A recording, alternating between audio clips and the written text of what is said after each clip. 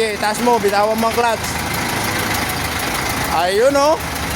Ang galing mga kagrasa. Pagkatapos ng 5 taon, 6 na buwan, 3 oras, 4 na segundo, ay dumating na rin ang kaya. Tingnan mo. Ito ang problema natin mga kagrasa sa hydraulic boom nito. Tingnan mo naman oh. May tama na oh. May tama, higit pa sa may tama na kinatamaan talaga oh. Kinain yung bakal mga kagrasa. Alam nyo naman si kagrasa ayan oh, sira pa yung sa loob niya. Kung kaano nagasgas dyan, ganito rin sa loob niya kagrasa. So ayan, tignan mo oh, grabe oh. Kaya wala tayong magagawa kung di palitan ng buo. Oh, shout out nga pala kay sir at kami manan sir. Pwede na ikama na si order me. May kami manan sir, dito la order yung siguro tiguat awan data, dito drilling machine na sir. Okay mga kagrasa, ito na yung ipapalit natin buo na kasi sira yung cylinder niya.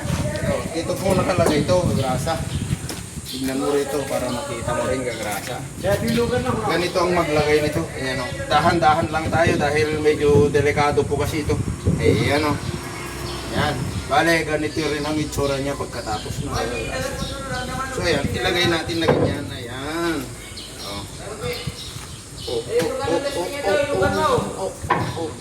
Yun, kantahan mo muna bago mo ipasok para yun, nailagay na mga kagrasa. Siyempre, meron tayong connection hose dito. Ito, saka ipasok natin yung pin mamaya. Ayan. At tabayanan at makikita nyo po mga kagrasa kung paano tumaas at bumaba itong boom ng dump truck. So ayan mga kagrasa. So ayan o, ito na yung tinatawag na hose niya mga kagrasa.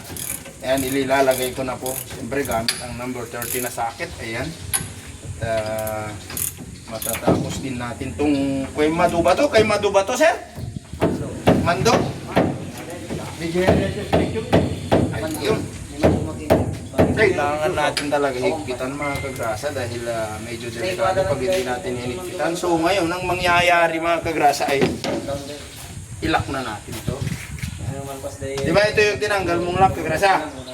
Oh, yung ka naman. May Tagalog ito ka doon. Nakano maawatan ti Tagalog, sir. Ilocano lang tayo.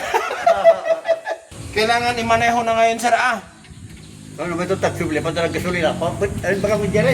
May tinawag. Ang kamlag. Umarga-ngar krudo ko na may kamtagtag. Very good. At siyempre matatapos na mga kagrasa. Siyempre mga kagrasa, huwag kalimutan yung tinatawag na hydraulic.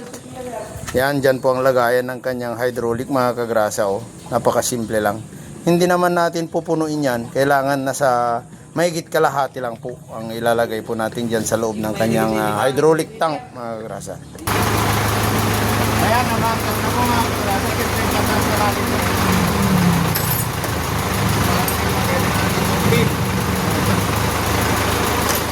Ito mamaya mga kagrasa. Under na yung mga. Simple lang po mga kagrasa. So ayan, itataas na namin yung kanyang boom. Makikita po mga kagrasa. Ininaya ito mga ibatan na clutch. Sige, taas na. Taas.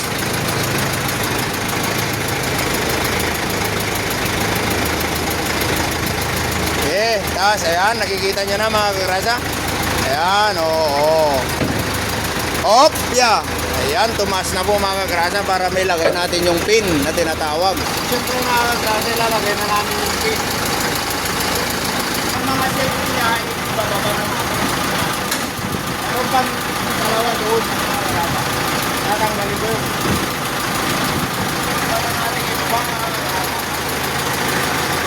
Bababa namin yung dump box niya.